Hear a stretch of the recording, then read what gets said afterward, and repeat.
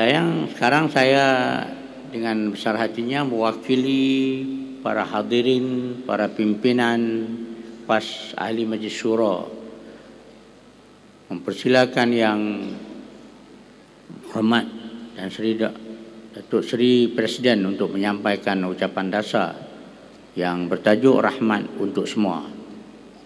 Dipersilakan yang berhormat Datuk Seri Tuan Guru Haji Abdul Hadi Awang untuk menyampaikan.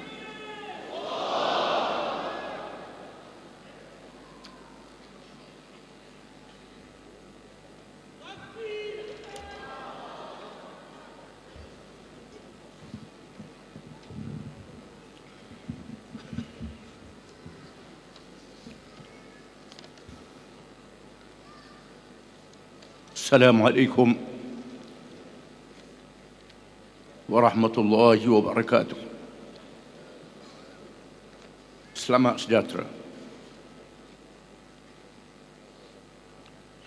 Alhamdulillahilladzi akramana bi ni'matil Islam wa faddalana ala katsirin minal wassalatu wassalamu ala Sayyidina Muhammad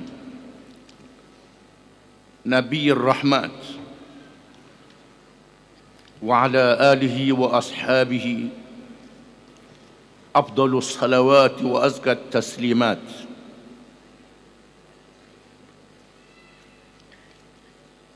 Yang dihormati Datuk Pengerusi Tetap,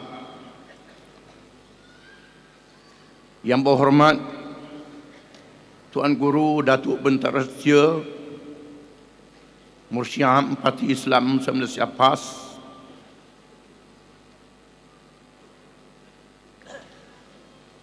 Ashabul Fadilah, Ahli Majlis Syura Ulama,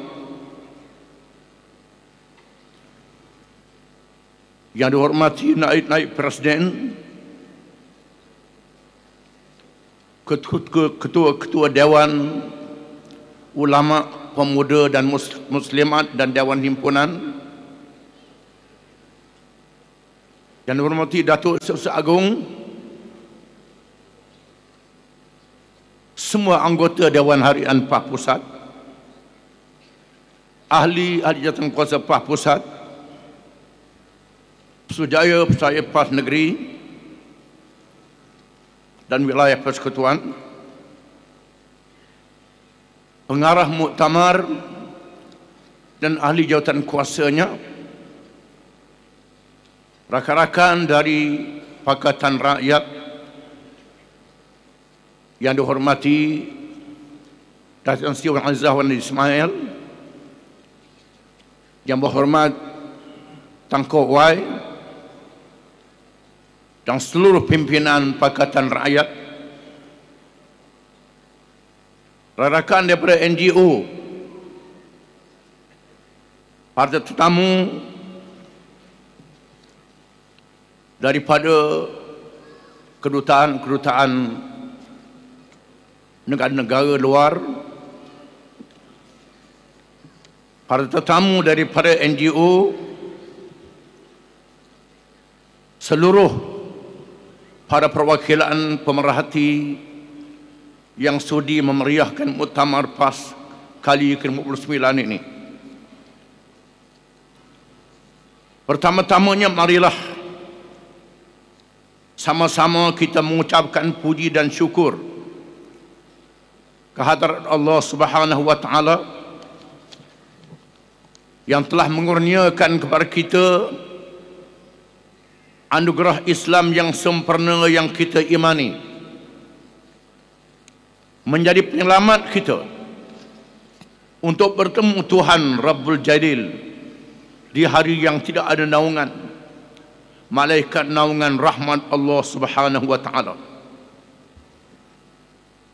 Dengan iman dan Islam inilah kita mesti beristiqamah di atas jalan perjuangan yang dirintis oleh para nabi dan rasul alaihi wassalatu wassalam sejak zaman berzaman, berdepan dengan cabaran dan dugaan yang menguji iman kita, sehinggalah kita bertemu dengan Allah Subhanahu wa taala nanti.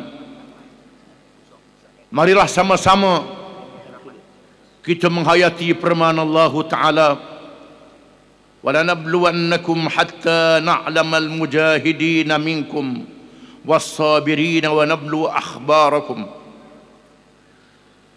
Dan sesungguhnya kami benar-benar akan menguji kamu, agar ternyata yang kami mengetahui orang-orang yang berjihad dan bersabar di antara kamu, dan agar kami menyatakan baik buruknya hal ehwal kamu. Hadirin hadirat yang dihormati sekalian, kita berkumpul pada hari ini dalam Muktamar Agung tahunan kali ke-59 dengan tema Rahmat untuk Semua, adalah berpaksikan kepada keyakinan kita bahawa perjuangan Islam yang dibawa oleh PAS menerusi wadah tarbiyah dakwah siasah yang tidak berpisah, membawa mesej Islam yang dibawa oleh para nabi dan rasul alaihi wassalatu wassalam, yang dikhatam, ditamat dan disempurnakan oleh Nabi Muhammad sallallahu alaihi wasallam, bagi membawa rahmat ke seluruh alam, yang ditegaskan oleh firman Allah taala, وَمَا أَرْسَلْنَاكَ إِلَّا رَحْمَةً لِلْعَالَمِينَ. Dan tidaklah kami mengutus kamu malaikat untuk menjadi rahmat bagi semesta alam. Marilah sama-sama kita memahami bahawa apa yang kita bawa ini bukan bersifat retorik, dan bukannya suatu janji-janji indah yang ingin mengaburi pandangan manusia atau mengelirukan kepahaman. Maudhu' kita adalah Islam yang berteraskan kepada keyakinan yang dipahat dengan tegas dalam pasal 3 Perlembagaan PAS. Inilah Islam yang dinyatakan oleh Rasulullah sallallahu alaihi wasallam, membawa rahmat adil kepada masyarakat majmuk yang bersaudara di atas kemanusiaan yang diisytiharkan oleh Allah Subhanahu wa taala. Inna anzalna ilaikal kitaba bil haqq litahkuma bainan nas bima arakallah wa la takun lil khainina khasima. Sesungguhnya kami menurunkan kepadamu wahai Muhammad sallallahu alaihi wasallam kitab Al-Quran dengan membawa kebenaran, supaya engkau menghukum di antara manusia menurut apa yang Allah telah tunjukkan kepadamu melalui wahyunya, dan janganlah engkau menjadi pembela bagi orang-orang yang khianat. Bukannya Islam mengikut takrifan sekularisme yang memberikan makna Islam itu sebagai agama, religion yang tidak mempunyai kaitan antara kehidupan dunia dan akhirat. Dasar Islam dan mesej inilah yang menjadi rahmat kepada semua manusia, termasuklah kepada semua makhluk dan alam ciptaan Allah Subhanahu wa taala. Oleh yang demikian, kerahmatan yang ingin dibawa oleh PAS untuk semua pihak ini berlaku apabila PAS adalah sebuah gerakan islah dan tajdid. Berbeza dengan kumpulan Islam yang lain yang menjadi saudara seperjuangan mengikut medannya yang terhad. Tugas kita ialah membetulkan fahaman salah dalam masyarakat dan negara yang dipengaruhi oleh pemikiran asing yang pernah menjajah umat Islam. PAS memperjuangkan rahmat Allah daripada ajaran Islam yang membawa keadilan sejagat. Untuk membawa mesej ini, maka organisasi parti kita hendaklah menyediakan rangka kerja yang berstruktur, mempunyai objektif dan sasaran kerja yang konstruktif, pejabat yang lengkap, sistem pengurusan konflik, petunjuk prestasi dalam mencapai sasaran jamaah, dan bukannya sekadar retorik ucapan semata-mata. Sebagaimana yang selalu saya pertegaskan, bahawa PAS bukanlah hanya parti politik semata-mata, tetapi kita adalah sebuah gerakan Islam yang bergerak dalam jalur tarbiyah dakwah siasat, mewarisi cita-cita perjuangan yang menjadi tugas kita sebagai khilafah di atas muka bumi ini, yang meletakkan politik menjadi agenda penting yang tidak boleh dipisahkan daripada agama Islam. Maka tentulah menjadi satu kesilapan sekiranya menyamakan PAS dengan parti-parti dan kumpulan Islam yang lain. Hadirin hadirat yang dihormati sekalian, Muktamar ke-59 pada tahun 2013 ini diadakan pada penghujung bulan November 2013 di luar kebiasaan muktamar tahunan PAS yang biasanya diadakan pada bulan Jun atau Julai setiap tahun. Penangguhan ini adalah untuk memberi ruang yang seluasnya kepada persiapan dan gerak kerja untuk menghadapi pilihan raya umum ke-13 yang baru saja berlalu pada bulan Mei lalu. PAS bersama Pakatan Rakyat telah turun ke gelanggang pilihan raya umum ke-13 di padang yang tidak sama rata dengan Barisan Nasional, kerana proses demokrasi pilihan raya sesebuah negara yang merdeka bukan sahaja aktiviti berkempen dan hari pembuangan undi ataupun urusan keputusan pilihan raya sahaja.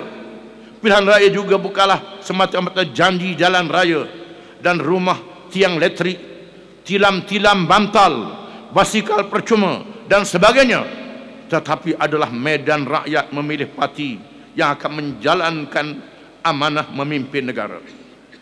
Kita terus berdepan dengan media arus perdana yang tidak berlaku adil. Betapa parahnya risuah wang ringgit dan projek segera yang dijanjikan kepada rakyat, sedangkan projek terdahulu ada yang belum pun nampak penyelesaiannya. Penggunaan jentera dan agensi kerajaan dalam aktiviti berkempen dan berbagai lagi bentuk penyalahgunaan serta kepincangan yang merendahkan taraf pemikiran rakyat, malah mengancam sistem demokrasi di negara kita. Dalam keadaan kekurangan ini, alhamdulillah, kita masih mampu bertahan dalam keadaan undi popular di kalangan rakyat yang bertambah, sehingga kerajaan Barisan Nasional yang ada pada hari ini adalah kerajaan minoriti sokongan pengundi dan hanya mempunyai majoriti jumlah kerusi parlimen disebabkan sistem post past the post yang diamalkan dalam sistem pilihan raya. Kita kekal di Kelantan, Selangor dan Pulau Pinang. Kerajaan Persekutuan BN minoriti rakyat ini pula hanya mampu memperolehi 46.53% sokongan pengundi berbanding Pakatan Rakyat yang mencapai sokongan 49.96 melalui jumlah undi keseluruhan. Kedudukan kita yang sedemikian ini hendaknya sedikit pun tidak melemahkan semangat kita semua untuk terus berjuang. Kekalahan kita yang menyebabkan hilangnya kerajaan negeri Kedah pula wajar diteladani, tetapi janganlah sehingga melemahkan semangat, sehingga kita lupa arti sebenar perjuangan. Kita masih menjadi pilihan rakyat di Dun Sungai Limau Kedah. Dalam pilihan kecil yang baru sahaja berlalu, kita ucapkan syabas kepada jentera-jentera PAS dan Pakatan Rakyat, rakan-rakan NGO yang telah memberi sumbangan yang besar untuk mempertahankan kerusi Sungai Limau, dan rahmat, kelebihan, keampunan kepada almarhum Tan Sri Azlan yang telah berjasa meninggalkan akar umbi yang kukuh kepada Sungai Limau.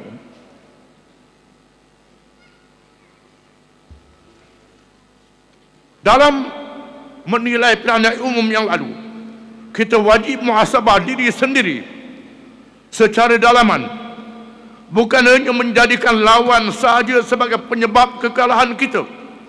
Semua itu wajar menjadi sempadan dalam lipatan sejarah. Dalam kita bergerak ke hadapan, Allah berfirman kepada generasi awal yang tewas dalam peristiwa Uhud, awalam asabatkum musibatun qad asabtum mithlaiha qultum anna hadha qul huwa min indi anfusikum innallaha ala kulli syai'in qadir. yang bermaksud, patutkah kamu melanggar perintah Rasulullah dan kemudian apabila kamu ditimpa kemalangan dalam peristiwa Uhud, yang kamu telah pun memenangi seperti itu sebanyak 2 kali ganda dalam peristiwa Badar, kamu berkata, dari mana datangnya kemalangan ini? Katakanlah wahai Muhammad SAW, kemalangan itu adalah dari kesalahan diri kamu sendiri. Sesungguhnya Allah Maha Kuasa atas tiap-tiap sesuatu. Hadirin hadirat sekalian, alhamdulillah, kita juga ingin mengambil kesempatan ini untuk mengucapkan tahniah kepada seluruh parti dan rakan-rakan dalam Pakatan Rakyat dan rakyat yang memberikan respon positif dengan benih sulung pas menerusi Pilihan Mutua ini di Melaka, yaitu kursi DUN Bukit Baru dan lain-lain tambahan kursi DUN dan parlimen yang baru dimenangi di seluruh negara. Dan kita ucapkan sabas negeri-negeri yang belum berjaya kerana kegigihan mereka menghadapi pilihan raya, bukan berdepan dengan hanya parti kerajaannya bertanding, tetapi seluruh jentera kerajaan dan di belakangnya yang disalahgunakan. Kepada ahli PAS yang dipikul kerana amanah kemenangan dalam pilihan umum yang lalu, seterusnya memegang tampuk kuasa pemerintahan dalam sebuah kerajaan, termasuklah yang dilantik ke jawatan penting seperti ahli Dewan Negara, ahli Majlis Perbandaran dan Daerah, ketua kampung dan ahli lembaga pengarah. Marilah sama-sama kita menghayati dengan membaca firman Allah Ta'ala, huwallazi ja'alakum khala'ifal ard wa rafa'a ba'dakum fawqa ba'din darajat liyabluwakum fima atakum inna rabbaka sari'ul iqab wa innahu laghafurur rahim. Dan dialah yang menjadikan kamu penguasa-penguasa di bumi, dan dia meninggikan sebahagian kamu atas sebahagian yang lain beberapa darjat untuk mengujimu tentang apa yang diberikannya kepadamu. Sesungguhnya Tuhanmu amat cepat seksanya, dan sesungguhnya Dia Maha Pengampun lagi Maha Penyayang. Semua di kalangan mereka ini perlulah sabar dengan ujian, melakukan persiapan rapi, bermaklumat, mendampingi rakyat tanpa pernah lelah.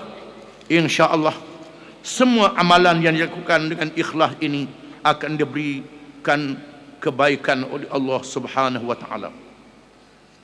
Bagi membawa Masjid Rahman untuk semua ini, PAS akan terus menjadi rakan aktif dalam Pakatan Rakyat. Ingatlah bahawa kita bukan penumpang semata-mata. Rakan-rakan kita juga bukan penumpang, tetapi semua parti-parti dalam Pakatan Rakyat adalah penggerak bersama untuk memperkukuhkan peranan dalam membawa persamaan politik ini ke tahap yang lebih maju dan seterusnya memikul amanah yang lebih berat. Hadirin hadirat yang dihormati sekalian, dalam perkara agama, umat Islam yang ada dalam negara kita ini dikejutkan dengan rentetan serangan isu-isu berkaitan dengan agama Islam yang menjadi agama persekutuan negara kita. Di samping suasana yang tidak harmoni cuba dicetuskan oleh kalangan yang ingin mengambil kesempatan darinya, rakyat awam di jalanan pula diajak untuk memberikan ulasan, pandangan, malah kritikan, walaupun kadang-kadang merangkaui sempadan hukum Islam yang jelas sumber rujukannya.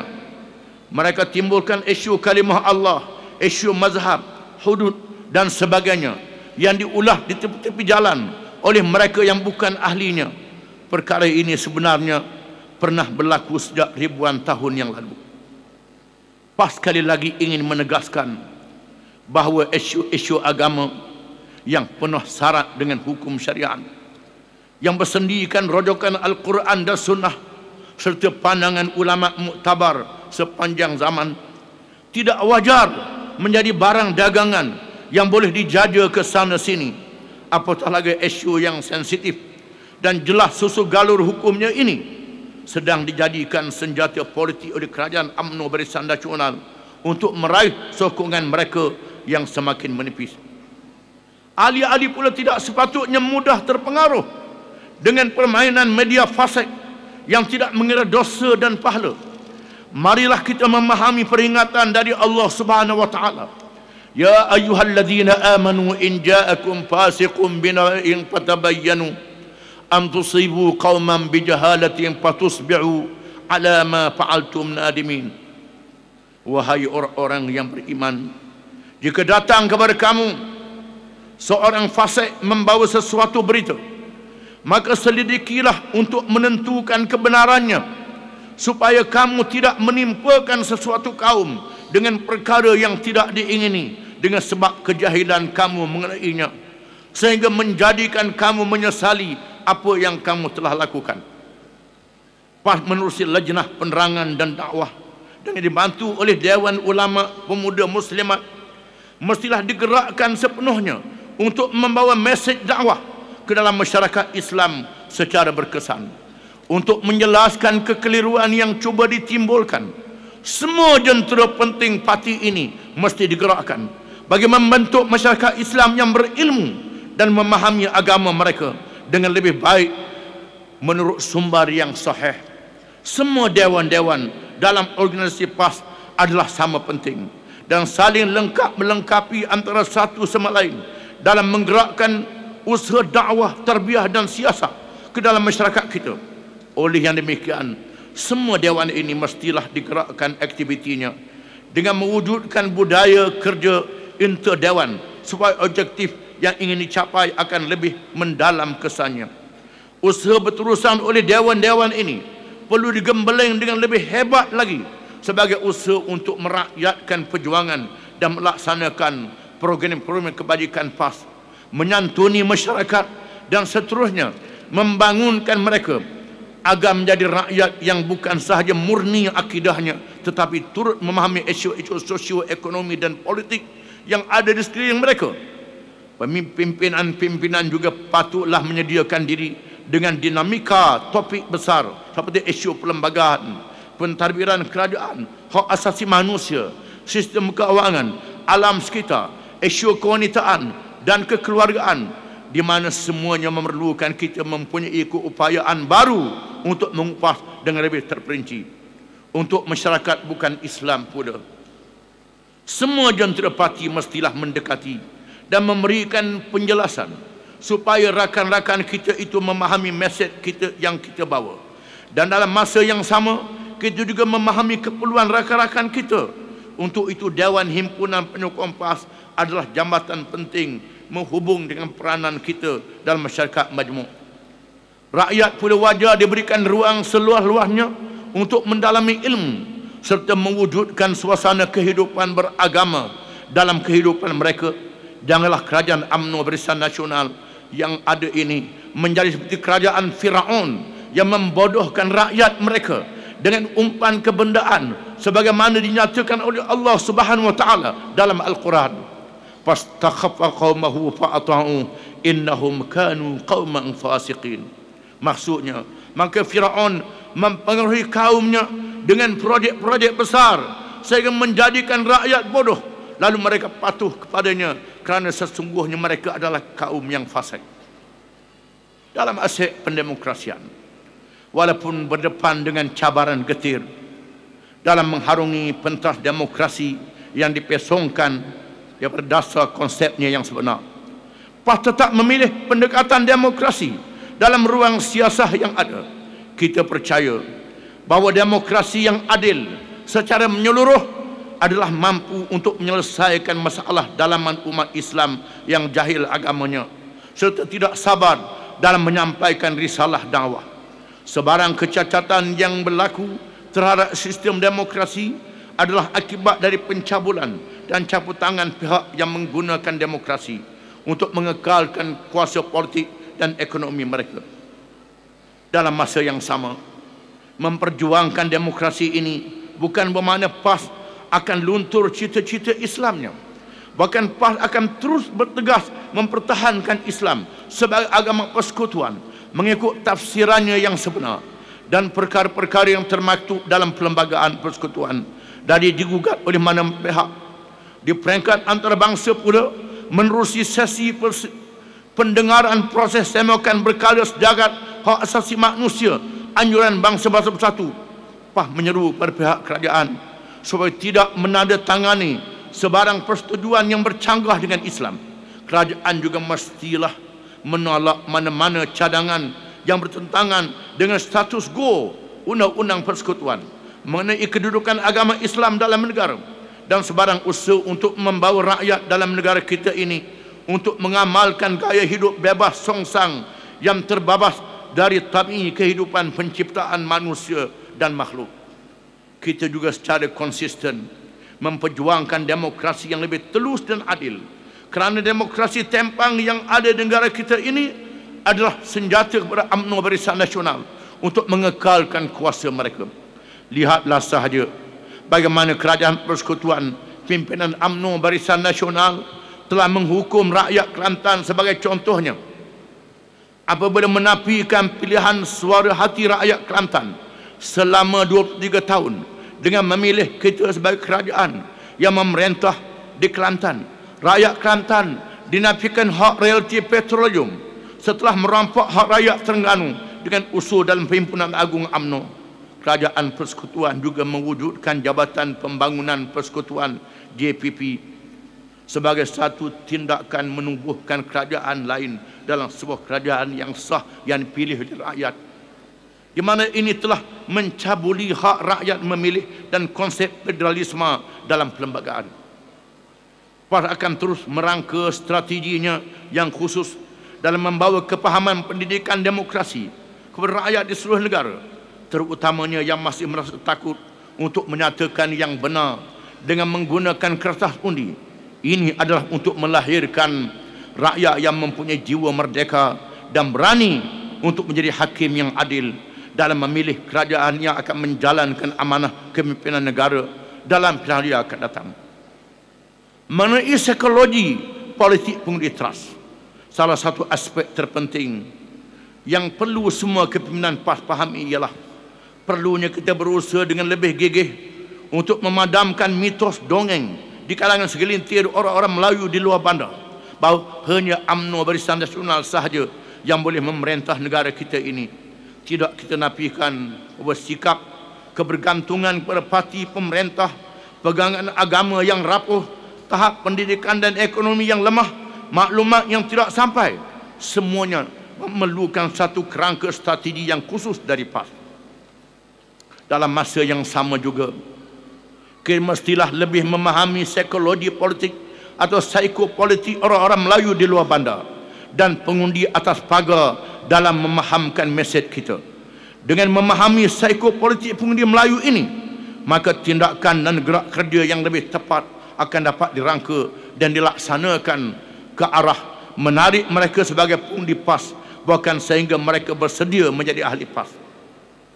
Antara psikopolitik pengundi Melayu ialah kegagalan untuk membezakan antara parti pemerintah dan sebuah kerajaan. Akibatnya ada yang menganggap bahawa UMNO ialah kerajaan dan kerajaan ialah UMNO. Pemahaman sebegini dalam kotak fikiran mereka telah membuahkan mentaliti yang pertama bahawa jika ubah parti pemerintah berarti meruntuhkan keseluruhan kerajaan. Seterusnya menimbulkan ketakutan terutamanya kepada pegawai kerajaan dan keluarga mereka. Yang kedua, bahawa harta dan jentera kerajaan adalah harta dan jentera UMNO, menyebabkan mereka tidak menganggap salah perbuatan pemimpin UMNO menggunakan sumber keuangan kerajaan dalam merasuah pengundi secara terang-terangan. Apa yang lebih parah ialah ada juga yang beranggapan bahawa menentang UMNO BN adalah satu kesalahan penderhakaan kepada kerajaan. Seterusnya menghasilkan psikologi perasaan bersalah jika mengundi bukan parti kerajaan. Dalam kita menempani isu ini, maka kita perlu merancang secara komprehensif dan tepat bagi membentuk tindakan dengan gerak kerja yang sesuai secara sistematik dalam mengubah psikopolitik orang Melayu, walaupun setengah psikopolitik tersebut melibatkan budaya Melayu sendiri dan memakan masa. Sesetengah yang lain pula boleh diubah dengan cepat, disertai dengan hujah-hujah yang kukuh. Sebagai contoh, mentaliti yang tidak membezakan antara parti pemerintah dan kerajaan mungkin akan dapat ditangani dengan mengambil langkah-langkah mudah, seperti satu, memastikan agar kesemua aktiviti penanganan PAS agar mengubah dari perasa menukar kerajaan kepada menukar parti pemerintah. Yang kedua, memberikan kepahaman berterusan bahawa parti pemerintah seperti PAS boleh ditukar, seperti UMNO, bahawa parti pemerintah seperti UMNO boleh ditukar, manakala kerajaan boleh sentiasa kekal dan tambah baik. Tiga, menumbangkan parti pemerintah UMNO bukanlah bermakna menumbangkan kerajaan, kerana yang nak ditukar ialah parti pemerintah, bukannya kerajaan Malaysia dan sebagainya. Dalam isu memperkukuhkan pendidikan bagi hak asasi rakyat, kita sama-sama menyedari dan insaf bahawa pendidikan adalah hak asasi setiap orang untuk membina potensi keilmuan dan jati diri sehingga mampu menjadi khalifah Allah SWT di muka bumi dan menguruskannya dengan fitrah semula jadinya. Ibnu Khaldun menyebutkan bahawa pendidikan adalah sebagai satu proses persiapan seseorang dari segi manusiawi mengikut ajaran Islam bagi menyuburkan potensi iman, membentuk akhlak yang tidak boleh dipisahkan dari perkembangan ilmu, menyediakan seseorang dari segi kemasyarakatan, persediaan untuk pekerjaan, membentuk pemikiran dan juga menyesuaikan diri. Sebagai sebuah negara merdeka lebih dari setengah abad, umat Islam masih menunggu sistem pendidikan negara yang menjamin masa depan generasi akan datang. Ini adalah kerana apa yang ada di bawah dasar pendidikan kerajaan UMNO Barisan Nasional adalah hanya menyediakan manusia yang hanya mengenal kemajuan kebendaan tetapi miskin jiwa dan hati budinya. Ini dapat dilihat dari dasar pendidikan yang tidak meyakinkan dan tidak konsisten dalam pembinaan jati diri. Tidak melaksanakan dasar bahasa Melayu, bahasa Malaysia sebagai bahasa kebangsaan. Tidak prihatin kepada tradisi pendidikan Islam melalui sekolah agama rakyat SAR yang selama ini menjadi tulang belakang kepada pendidikan yang menyampaikan ilmu kepada masyarakat. Krisis pendidikan berlaku berpanjangan, di mana akhlak pelajar semakin rendah dan kesalahan jubana semakin berleluasa. Pendemokrasian pendidikan yang bersifat materialistik. Sehubungan dengan itu, maka PAS menuntut kerajaan Malaysia mestilah memperakui hak asasi umat Islam dalam pendidikan dengan menerima sistem pendidikan Islam sebagai salah satu sistem pendidikan aruh perdana dalam negara, sekaligus membantu sekolah agama rakyat. Hak asasi manusia bagi semua rakyat pelbagai kaum dalam negara hendaklah dijamin, di mana hak mana-mana kaum untuk mendalami bahasa ibunda mereka mestilah diperkukuhkan supaya wujudnya ruang terbuka bagi menambah kemahiran berbahasa dalam negara kita ini. PAS tidak mahu dasar pembangunan pendidikan yang dilakukan terpisah dari tradisi budaya bangsa, kerana matlamat pendidikan adalah untuk kebaikan manusia melalui sifat ihsan mereka di samping menolak sifat melakukan kerosakan. Marilah kita menghayati firman Allah Ta'ala dalam Al-Quran supaya jangan melahirkan Qarun yang dibinasakan bersama harta kekayaan yang melimpah ruah. Allah memberi peringatan kepada manusia, jangan menyontahi Qarun. Wabtaghi fima ataka Allahu daral akhirah wa la tansa nasibaka minad dunya wa hasin kama ahsana Allahu ilaik wa la tabghil fasada fil ard innallaha la yuhibbul mufsidin. Maksudnya, dan tuntutlah dengan harta kekayaan yang telah dikurniakan Allah kepadamu akan pahala dan kebahagiaan hari akhirat, dan janganlah engkau melupakan bahagianmu, keperluan dan bekalanmu dari dunia, dan berbuat baiklah kepada hamba-hamba Allah sebagaimana Allah berbuat baik kepada kamu dengan pemberian nikmat yang melimpah ruah, dan janganlah engkau melakukan kerosakan di muka bumi. Sesungguhnya Allah tidak suka kepada orang-orang yang berbuat kerosakan. Untuk memperkukuhkan komitmen PAS dalam agenda pendidikan ini, maka institusi pendidikan PAS dari peringkat pasti, sekolah rendah, sekolah menengah dan pengajian tinggi, bahkan pusat-pusat kemahiran vokasional dan teknikal hendaklah didukung oleh ahli-ahli PAS. Pembangunan pendidikan hendaklah digarap secara lebih bagi mencapai matlamat memberikan pendidikan yang bermutu kepada semua ahli-ahli PAS dan anggota masyarakat. Dalam masa yang sama, usaha PAS untuk membantu pembangunan sekolah-sekolah agama rakyat melalui Majlis Kebajikan dan Pembangunan Pendidikan hendaklah disokong sepenuhnya. Dalam masa yang sama juga, kita mendapati bahawa Pelan Pembangunan Pendidikan Malaysia 2013-2025 pula tidak memperlihatkan usaha kerajaan secara bersungguh-sungguh bagi menyelesaikan isu pendidikan secara umum, dan khususnya pendidikan Islam di negara ini. Urusan pendidikan yang begitu penting, nilai akal budinya ini diserahkan kepada konsultan luar negara dengan kos 20 juta RM, memberikan gambaran bahawa kerajaan pimpinan UMNO Barisan Nasional tidak yakin dengan anak nusa dan bangsa yang ada dalam negara sendiri, tanpa peduli bahawa pendidikan hendaklah mengikut acuan setempat yang berbeza di antara satu sama lain.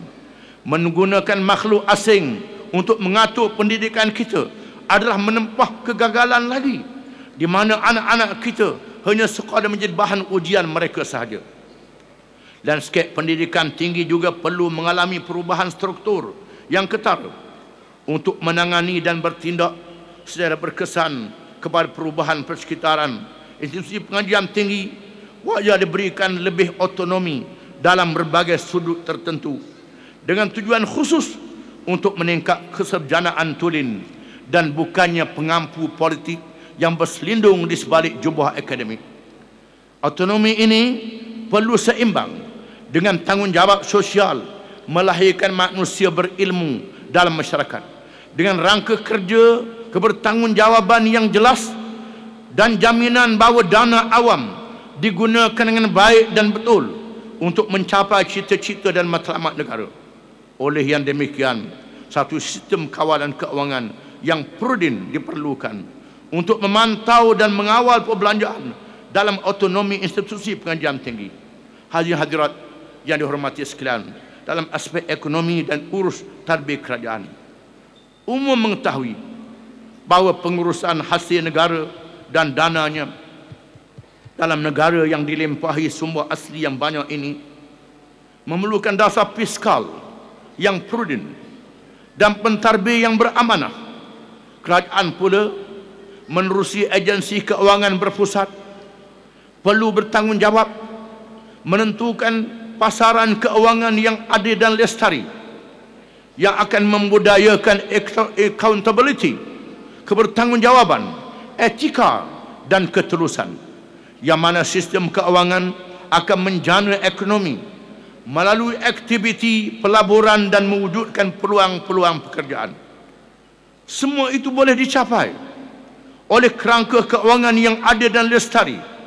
Namun syarat utama yang perlu dipenuhi ke arah itu adalah semua pihak berkepentingan, iaitu pemimpin, pembuat dasar, pelaksana dan rakyat perlu memastikan bahawa sistem keuangan yang ada mampu bekerja untuk kepentingan seluruh masyarakat dan ekosistem, bukan hanya kepada segelintir elit yang bernaung di bawah payung UMNO Putra.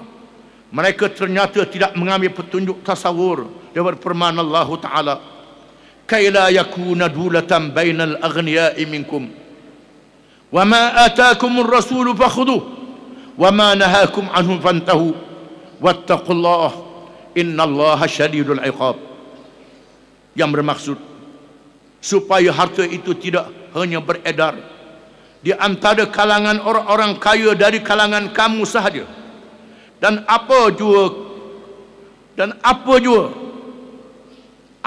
kamu diperintah oleh Rasul, maka terimalah dan amallah, dan apa jua yang dilarangnya kamu melakukannya, maka patuhilah larangannya, dan bertakwalah kamu kepada Allah. Sesungguhnya Allah amatlah berat seksanya bagi orang yang melanggar perintahnya. Akibat dari kecurangan terhadap ekonomi inilah yang kita lihat saban tahun berulang ganti masalahnya. Lihat sahaja laporan Ketua Audit Negara 2013 yang sekali lagi menyerlah kelemahan serius pengurusan kerajaan Barisan Nasional. Penyelewengan, keterisan dan pembaziran tetap berlaku setiap tahun. PAS berpandangan bahawa perkara begini berlaku kerana wujudnya tangan-tangan gaib yang lebih tinggi dan lebih berkuasa yang bertindak mengatur segala operasi perolehan dan pengurusan kerajaan, lantas membenarkan penyelewengan dan pembaziran berterusan berlaku dengan terang dan nyata. Lihat sahajalah juga penurunan penerapan Malaysia sebagai A-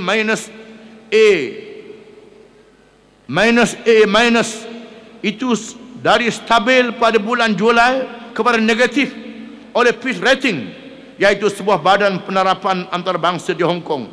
Implikasi penurunan penerapan akan menekan kos pinjaman seperti bond dan hilang tarikan negara sebagai destinasi pelaburan. Penyakit ini adalah secara khususnya berpunca dari tarbih urus keuangan negara yang tidak prudent atau bijak. Kerajaan Barisan Nasional khasnya di bawah pentadbiran sekarang mestilah bertanggungjawab. Dalam masa yang sama, pembentangan bajet 2014 yang baru saja berlalu terus menerus menunjukkan bahawa tiadanya tindakan menyeluruh dalam membaiki kedudukan fiskal keuangan negara yang semakin kritikal. Maka seterusnya kita ingin bertanya, adakah sepatutnya rakyat dipaksa untuk menanggung lebih beban, sedangkan pada masa yang sama kerajaan terus mengamalkan penyelewengan dan pembaziran? Mana perginya fiqh aulawiyat? Mengapa rakyat yang perlu menanggung beban sedangkan kerajaan langsung tidak sensitif? Malah dalam ruang lingkup yang lebih besar, lebih banyak faedah yang boleh direalisasikan oleh kerajaan dan rakyat. Sekiranya kerajaan bersungguh membasmi penyelewengan dan rasuah ini kerana mengikut perangkaan Bank Dunia, rasuah dan penyelewengan boleh menjejaskan 30% daripada KDNK sesebuah negara. Justru inilah sepatutnya menjadi keutamaan kerajaan dan bukannya menekan rakyat terlebih dahulu. Janganlah menggunakan istilah GST sebagai bahasa yang tidak dipahami oleh rakyat dan berselindung di bawah takrif keadilan yang syarat dengan kezaliman.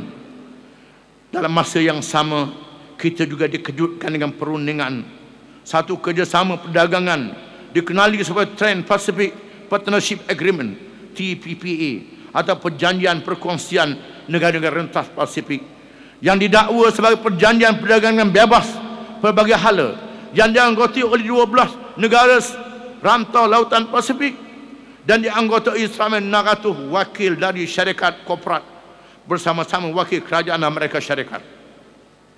Dominasi perundingan oleh mereka menyebabkan kita yakin bahawa ianya adalah satu usaha tersembunyi Amerika untuk mengangkat agenda dan melindungi kepentingan korporat negara itu dalam matlamat untuk terus mengekalkan kuasa monopoli ke atas perdagangan dunia dan mengesampingkan kepentingan rakyat negara-negara rentas lautan Pasifik yang lain.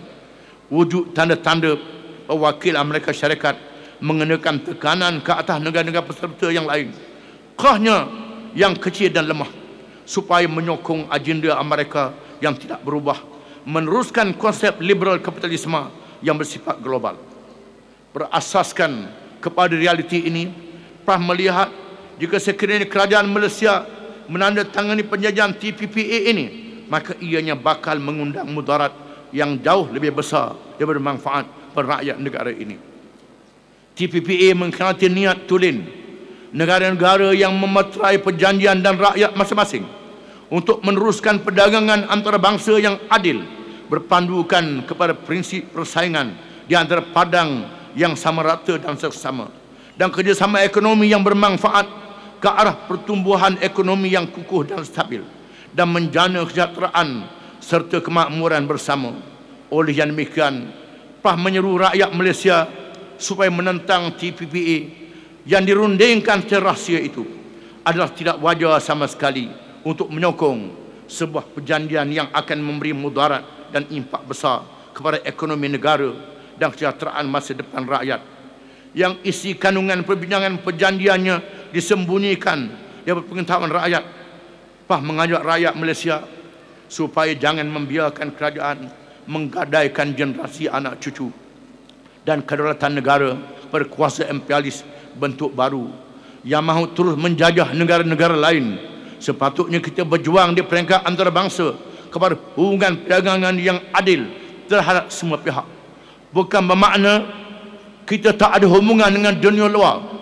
Hubungan dengan dunia luar wajib diadakan di atas sifat masyarakat antarabangsa, tetapi kita mahu sesuatu yang adil dan seksama untuk semua pihak.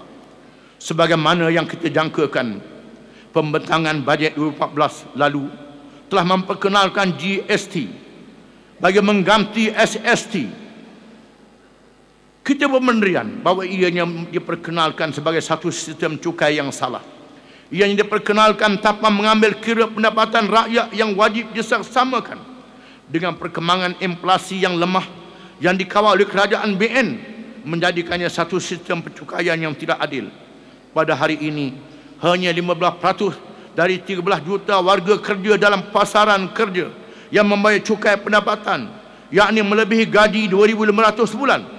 Hakikatnya ialah warga kerja di negara ini telah mengalami pelbagai tekanan kewangan sejak beberapa dekad lamanya, seperti yang didedahkan oleh Bank Dunia, menyebabkan warga kerja ini menghadapi hutang pribadi yang tinggi. Inilah hanya ingin kita perkenalkan bahawa Islam mempunyai sistem percukaian yang tersendiri berbanding dengan sistem cukai moden.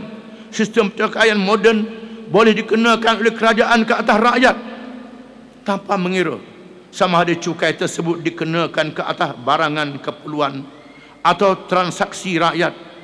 Cukai dari segi Islam hanya dikenakan ke atas sesuatu yang mendatangkan keuntungan, pulangan dan kemasukan rakyat, bukan atas keperluan dan transaksi mereka. Sistem cukai Islam yang menjadi instrumen kepada sistem ekonomi negara Islam adalah untuk memastikan kuasa beli rakyat stabil dan kukuh. Justru itu bukan isu baik atau buruk GST yang dikenakan oleh kerajaan, tetapi dari perspektif manakah kita melihat dan menilainya. Mengenakan GST sememangnya baik bagi pandangan ekonomi moden konvensional yang melihat sebelah mata dan yang satu lagi buta, yang hanya memfokuskan pada pengukuhan top fund negara, sekalipun terpaksa memberikan kesan yang buruk kepada pendapatan dan simpanan rakyat. Seterusnya menjadikan disposable income, pendapatan boleh guna mereka semakin mengecil dan kuasa beli mereka semakin lemah. Oleh itu PAS konsisten untuk menentang pelaksanaan GST kerana ianya boleh melemahkan masa depan ekonomi negara melalui cukai yang memberikan kesan kelemahan kuasa beli rakyat. Di samping ianya sekadar menjadi ubat penahan sakit, di samping GST hanya sekadar menjadi ubat penahan sakit pada kerajaan dengan menjadikan rakyat sebagai ramuannya, sedangkan ketirisan dan penyalahgunaan dana negara masih berleluasa. Seterusnya saya akan sentuh tentang pengurusan maklumat zaman langit terbuka. Teknologi maklumat terkini adalah senjata canggih yang boleh digunakan untuk kebaikan dan kejahatan. Ianya adalah sedikit ilmu rahmat Allah kepada hamba-Nya yang mestilah digunakan dengan benar dan tulus. Bagi PAS, sewajarnya ICT dan media baru dijadikan wadah untuk merapatkan lagi hubungan interaksi sesama ahli dan pengundi, serta mendekatkan masyarakat, bukan Islam dengan Islam itu sendiri. Mendekatkan masyarakat bukan Islam dengan Islam itu sendiri. Untuk itu peranan ICT menjadi semakin penting dan perlu diperkukuhkan dalam organisasi parti bagi mengambil faedah daripada lelakan media baru ini untuk dimanfaatkan sepenuhnya bagi tujuan kempen politik dan dakwah melalui laman web, sesawang, blog, YouTube, Facebook, Twitter, web, TV PAS dan radio internet Hijau FM, selain dari ceramah dan bahan-bahan media cetak, untuk mendekatkan diri pada masyarakat dan pengundi. Seperti yang ditegaskan dalam muktamar sebelum Pilihan Umum ke-13 lalu, media parti seperti Harakah dan Harakah Delhi mestilah berusaha membentuk fikrah dan menyampaikan maklumat berdasarkan acuan parti yang telah distrategikan, bagi disampaikannya kepada rakyat yang menjadi pengundi senyap dalam pilihan raya, sesuai dengan psikopolitik yang saya jelaskan sebentar tadi. Dalam Pilihan Umum ke-13 yang lepas, kawasan-kawasan bandar dan pinggir bandar di mana mempunyai capaian internet yang baik, telah memihak perpah dan Pakatan Rakyat. Cuma yang masih menjadi masalah kepada kita adalah kawasan-kawasan di luar bandar, di mana capaian internetnya rendah atau tidak ada, di mana sindrom kebergantungan kepada maklumat yang disuap oleh pihak kerajaan UMNO BN telah menyebabkan mereka gagal memahami persoalan yang kita bangkitkan. Kepahaman ahli jamaah dalam menilai gelombang ledakan maklumat dari ICT ini juga mestilah diberi perhatian yang serius. Maklumat yang tidak dinilai, tidak diselidik, yang bertebaran merata-rata tempat itu juga mampu untuk merenggangkan saf ahli yang sepatutnya berada dalam keadaan tersusun. Semua pihak dalam jamaah mestilah berdisiplin tinggi dan berakhlak dalam mengolah gelombang ledakan maklumat ini, supaya tidak bertembung sesama sendiri yang akan merugikan jamaah itu sendiri. Seterusnya saya akan sebut tentang peranan isu antarabangsa. Dunia umat Islam kini berdepan dengan pelbagai ujian dan cabaran. Di mata dunia antarabangsa, maruah serta nyawa umat Islam bagaikan tidak mempunyai apa-apa harga dan nilai. Lihat sajalah apa yang terus berlaku di bumi Syria, Mesir, Myanmar, Kashmir, Afghanistan, Bangladesh dan Palestin. Seolah-olah harga nyawa umat Islam lebih murah dari hayawan yang hina. Amat tersentuh dengan apa yang berlaku di bumi Syria dan Mesir. Pertumpahan berdarah yang sedang berlaku di Syria mesti dihentikan segera. Konflik kemanusiaan yang amat meruncing ini berlaku berikutan kebangkitan rakyat Syria untuk menumbangkan rejim zalim Bashar Assad. Apa yang kita sedang lihat adalah amat tragis dan memilukan. Kini lebih 100,000 orang rakyat Syria, yang kebanyakannya rakyat awam, yang terbunuh, dan lebih dari 3 juta rakyatnya terpaksa menjadi pelarian di negara-negara jiran. PAS berpendapat bahawa pertumpahan darah ini mesti dihentikan dengan segera. Manakala sebarang usaha campur tangan asing mestilah dihalang dalam menyelesaikan konflik ini. Amat jelas konflik ini didalangi oleh percaturan dua blok kuasa besar, yaitu Amerika Syarikat dan Rusia, yang masing-masing menjadikan bumi Syria sebagai medan perebutan hegemoni kuasa dan kepentingan strategik mereka semata-mata. Biarlah rakyat Syria sendiri yang menentukan masa depan negara mereka sendiri. Apa yang pasti ialah rejim Bashar Assad mesti diturunkan segera, dan kekejaman yang berlaku disiasat oleh Tribunal Bebas Antarabangsa. Peristiwa rampasan kuasa tentera serta pembunuhan beramai-ramai umat Islam di dataran Raba'ah Adawiyah di Mesir juga amat menyentuh hati-hati kita. Kekejaman rejim tentera pimpinan Jeneral Abdul Fattah Al-Sisi seolah-olah dibiarkan sahaja oleh masyarakat dunia, kononnya untuk menghapuskan kumpulan teroris ataupun penganas Islam. Walaupun yang dibunuh adalah terdiri dari kanak-kanak, ibu-ibu dan orang awam yang tidak berdosa. Kemenangan Ikhwan Muslimin serta pelantikan Dr. Muhammad Mursi sebagai Presiden pertama Mesir yang dipilih melalui pilihan raya yang adil adalah amat menggerunkan Amerika Syarikat serta sekutu mereka di Timur Tengah. Inilah jelasnya sikap berat sebelah Amerika Syarikat dan sekutunya. Di satu pihak bercakap soal demokrasi dan hak asasi kemanusiaan, tetapi di satu pihak lagi bersekongkol menjatuhkan kerajaan pilihan rakyat yang sah untuk mempertahankan rejim tentera yang menjaga kepentingan mereka. Kuasa besar ini menutup mata terhadap kekejaman rejim Al-Sisi yang melakukan pencabulan demokrasi dan hak asasi serta pembunuhan. Persoalannya, apakah definisi serta kayu ukur yang digunakan oleh kuasa barat, Amerika dan sekutu rapatnya bagi melaksanakan keadilan antarabangsa ini, terutama terhadap negara-negara umat Islam seperti Mesir? Jawapannya, faktor terpenting bagi mereka terus menguasai negara-negara umat Islam adalah dengan memastikan kepentingan strategi Amerika bagi melindungi sumber tenaga dan keselamatan negara haram Zionis Israel. Pemerintah yang kononnya adil seperti rejim tentera Al-Sisi sekarang adalah pemerintah yang tunduk kepada arahan Amerika Syarikat dan negara haram Zionis Israel. manakala kerajaan yang demokratik menurut tafsiran Amerika Syarikat adalah negara yang tidak menggugat keselamatan negara haram Israel serta mempunyai polisi minyak yang akan memastikan kepentingan hegemoni Amerika Syarikat di negara-negara umat Islam. Namun saya amat yakin bahawa kuasa rakyat dan kebenaran akan terus bangkit dan tidak akan dapat disekat lagi walaupun dengan segala kepakaran dan persenjataan. Namun saya amat yakin bahawa kuasa rakyat dan kebenaran akan terus bangkit dan tidak akan dapat disekat lagi walaupun segala kepakaran dan persenjataan yang dibukakan oleh kuasa barat, walaupun Mursi telah berjaya digulingkan dan ramai pimpinan ikhwan yang kini diseksa di penjara. Rakyat Mesir akan terus bangkit dan menyarakkan tutuan hak serta kebebasan mereka. Bagi saya, apa yang sedang berlaku di Mesir lambat laun akan tetap merubah pola politik dunia Islam dan antarabangsa. Hadirat yang dihormati sekalian, PAS juga amat prihatin terhadap nasib umat Islam di rantau ini, iaitu Bangladesh dan Myanmar.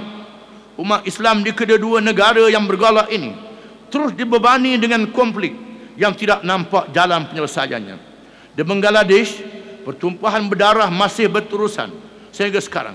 Ramai kalangan pemimpin tertinggi jamaat Islami Bangladesh, termasuk Amir Jemaat sendiri, telah diseret ke tribunal mahkamah tentera dengan tuduhan pengkhianat negara dan telah dijatuhkan hukuman gantung dan penjara seumur hidup. Begitu juga di Myanmar, di mana penduduk minoriti Rohingya telah dihalau dari bumi mereka sendiri dengan berlakunya pembantaian umat Islam, dengan membakar perkampungan mereka, sekolah-sekolah serta masjid-masjid yang mengakibatkan beribu-ribu umat Islam Rohingya kini menjadi pelarian. PAS ingin membuat seruan terbuka kepada kedua-dua negara jiran kita agar kekejaman ini dihentikan segera. Tiada penyelesaian kecuali kembali ke meja rundingan dan mencari jalan damai. Saya ingin menegaskan bahawa PAS sentiasa mencari jalan bagi membantu saudara-saudara kita di kedua-dua negara berkonflik ini. Perkembangan terkini di bumi Gaza, Gaza pula, terutamanya selepas rampasan kuasa tentera berlaku di Mesir, amat menyedihkan kita. Pintu sempadan di Rafah kini dikawal ketat dan rejim Zionis Israel berterusan mengepung bumi yang berkependudukan sejumlah 1.6 juta orang itu tanpa sebarang peri kemanusiaan, seperti mengurung rakyat Gaza dalam satu penjara besar. Rejim Zionis terus bertindak memutuskan bekalan elektrik dan air serta menyekat bantuan makanan dan perubatan dari sampai kepada penduduk yang tidak berdosa. Apa yang lebih menyedihkan lagi adalah sebahagian besar dari pemimpin dunia Islam masih dikongkong dengan tekanan hegemoni Zionis di negara umat Islam sendiri. Tambahan pula boleh dikatakan semua badan-badan antarabangsa seperti Kesatuan Eropah, Pertubuhan Bangsa-Bangsa Bersatu, termasuklah Pertubuhan Sidang Negara-Negara Islam OIC, kesemuanya membisu seribu bahasa terhadap jenayah yang dilakukan oleh tentera Zionis ini. Sekali lagi saya ingin tegaskan bahawa bagi PAS, isu Palestin serta pembebasan Masjid Al-Aqsa kekal menjadi agenda terpenting di peringkat antarabangsa. Hadirin hadirat yang dihormati sekalian, akhirnya sebagai kesimpulan, semua pihak dalam Dewan Lajnah Badan Pembangunan PAS Negeri dan Wilayah serta kawasan mestilah mempunyai kepahaman yang jelas terhadap tema rahmat untuk semua dan seterusnya bertindak merangka perancangan dan strategi pelaksanaan agar intipati ini dapat berada dalam masyarakat dan dipahami bahawa dasar Islam dibawa oleh PAS. Jadikanlah tema ini sebagai sesuatu yang benar bernafas, bukan sekadar slogan kosong yang sedap didengar sebagai halwa telinga untuk muktamar semata-mata. Badan Perhubungan PAS negeri-negeri dan wilayah persekutuan juga perlu lebih dinamik dalam gerak kerja tersusun yang mempunyai sasaran bulanan dan tahunan, menambahkan ahli yang berkualiti, mendekati medan baharu dalam masyarakat dan mempunyai sekurang-kurangnya 50% program di kalangan ahli baru atau masyarakat awam di luar lingkungan ahli jamaah. Penentuan petunjuk prestasi perlu dibangunkan sebagai sasaran kerja yang lebih terarah. Kukuhkan organisasi parti dengan berbagai ilmu pengurusan. Kepimpinan perlu dibajai dengan tarbiyah untuk membentuk diri. Seterusnya mengikhlaskan niat perjuangan. Usaha yang berterusan untuk mengaktifkan ilham dan modul-modul pembinaan diri ahli di berbagai peringkat mesti diperkukuhkan dengan menjadikannya sebagai salah satu sasaran tahunan. Sabah dan Sarawak adalah rakan penting dalam pembentukan Malaysia. Rakyat di sana telah bersama dalam referendum yang melahirkan negara Malaysia. Maka hargailah hasil yang turut sama dibina oleh rakyat Sabah dan Sarawak ini. Maka seluruh jentera di medan ini perlulah berusaha gigih untuk menyedarkan rakyat tentang hak mereka ini, supaya tidak dibuli oleh UMNO Barisan Nasional di setiap masa dan ketika. Badan Perhubungan PAS di Sabah dan Sarawak pula perlulah melengkap dan memperkemaskan organisasi, mempertingkatkan kerja dakwah, menghilangkan fobia masyarakat di sana terhadap PAS, dan seterusnya merakyatkan PAS supaya diterima sebagai parti yang berupaya menjadi tempat bergantung mereka. Dewan Ulama pula merupakan nadi denyutan jamaah yang perlu bertindak pantas menjadi juru bicara jamaah dan menjelaskan isu di sekitaran dengan merujuk perpanduan Al-Quran dan Sunnah, ijma' dan qiyas. Bahan-bahan penerbitan dalam pelbagai rupa dan bentuk yang bersesuai dengan masyarakat perlu lebih dinamik dan bertenaga, menjelaskan pendirian jamaah, khususnya menterjemahkan Islam bagi menangani masalah semasa, juga membantu kerajaan negeri melaksanakan Islam yang menjadi rahmat pada seluruh alam. Perbincangan ilmiah dan seminar khusus dalam memahami persoalan maqasid syariah, siasah syariah perlu dijalankan dari semasa ke semasa untuk menangani ketidakfahaman dalam masyarakat kita ini, dan seterusnya menyediakan penyelesaian yang sesuai untuk sepanjang zaman. Dewan Pemuda pula mestilah sentiasa dinamik, melengkapkan diri dengan ilmu Islam dan kepahamannya, serta bersedia menyambung legasi perjuangan kepimpinan terdahulu sehingga mampu untuk melakukan islah di dalam masyarakat Malaysia yang masih syarat dengan berbagai fikrah yang berlawanan dengan Islam. Inovasi baru dakwah perlu diterokai. Pemuda juga perlu mendepani isu semasa nasional, tempatan dan antarabangsa, dan mampu mengenengahkan permasalahan ummah dan mencadangkan penyelesaiannya dengan menonjolkan Islam sebagai rahmat untuk sekalian alam. Program siasah yang bersifat inklusif perlulah diterokai untuk mendekatkan diri kepada masyarakat awam di luar sana. Dewan Muslimat perlulah mendepani berbagai isu dalam bahasa yang mudah dan menyentuh hati nurani masyarakat dalam negara kita ini, bahkan menerokai isu-isu antarabangsa. Program dalaman seperti tarbiyah wajib dimantapkan lagi sejajar dengan keperluan semasa, terutamanya untuk berdepan dengan zaman penggunaan pelbagai media, supaya Dewan Muslimat berperanan besar dalam masyarakat terkini yang meletakkan kaum wanita menjadi penentu wajah umat dan negara. Dewan Himpunan Penyokong PAS wajar untuk diperkembangkan peranan mereka dengan mempunyai modul-modul latihan khusus kepada ahlinya. Modul ini perlu dibangunkan untuk melahirkan ahli Dewan Himpunan yang mampu bergerak dengan lebih baik lagi sebagai satu lagi sayap parti yang penting, menjadi jambatan atau pintu yang menghubungkan rahmat Allah perjuangan PAS berkaum bukan Islam. Kawasan dan cawangan perlu mempunyai sasaran kerja yang jelas dan dipantau oleh pemimpin negeri. Zaman mesyuarat tanpa fail dan tiada berkala itu adalah sudah berlalu. Program dalaman seperti program tarbiyah dan latihan mestilah menjadi agenda yang penting dalam aktiviti kawasan dan cawangan. Ahli dan kepimpinan PAS yang memikul amanah sebagai ahli Dewan Negara, saya ulangi sekali lagi, ahli dan kepimpinan PAS yang memikul amanah sebagai ahli Dewan Negara, ahli Dewan Rakyat, ahli Dewan Undangan Negeri, ahli Majlis dan anggota lembaga pengarah, ketua kampung dan semua yang berkaitan perlulah melaksanakan amanah dengan sepenuhnya mengikut adab dan batas-batas akhlak. Kerana peranan mereka yang telah dipilih oleh rakyat ini adalah sebagai wajah depan PAS. Prestasi mereka akan dipantau, dinilai, akan dibantu oleh jamaah. Sekiranya terdapat kelemahan dan melaksanakan tugas mereka, semua dari kalangan mereka ini akan dijemput menyertai forum, perbincangan meja bulat, bengkel dan sesi latihan yang bersesuaian supaya lebih mahir dan dapat membantu dalam menjalankan tugas masing-masing.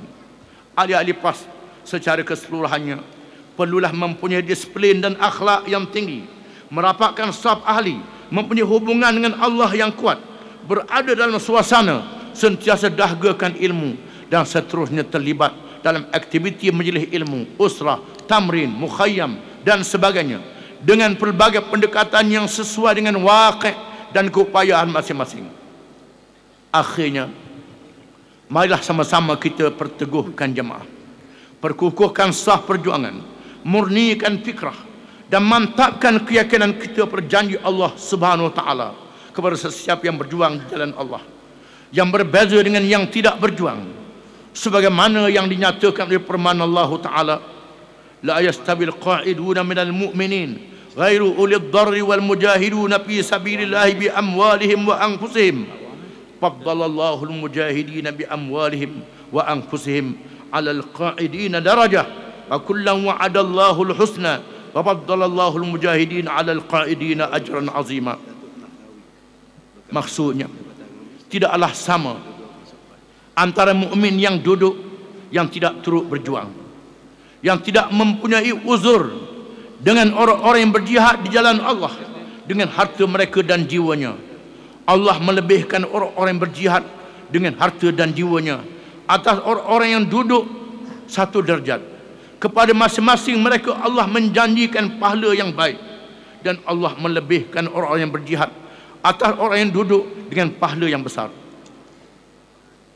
Akhirnya, sebagai penutup, bagi pihak seluruh kepimpinan PAS, saya ingin menyampaikan ucapan terima kasih di atas khidmat seluruh ahli jawatankuasa PAS Pusat dan kepimpinan badan pengungkapan negeri dan wilayah, lajnah-lajnah di seluruh peringkat yang menjalankan amanah sepanjang sesi 2011-2013 ini. Kami memohon maaf kepada seluruh ahli PAS di atas segala kelemahan dan kekurangan kami dalam menjalankan tugas. Moga usaha kecil kami ini mendapat ganjaran pahala dan rahmat Allah Subhanahu wa taala serta keampunannya juga.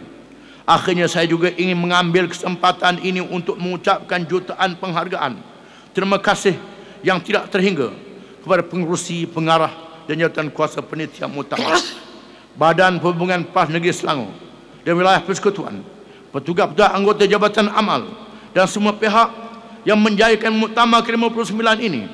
Mudah-mudahan segala amal ini mendapat ganjaran pahala di sisi Allah Subhanahu wa taala. Saya resmikan muktamar PAS kali ke-59 ini dengan menyebut sabda Rasulullah SAW, siru ala berakatillah, teruskan perjalanan dengan mendapat berkat daripada Allah. Wa akhiru da'wana alhamdulillahirabbil alamin. Sekian, Allahu akbar. Allahu akbar. Allahu akbar. Walillahil hamd. Wassalamualaikum warahmatullahi wabarakatuh.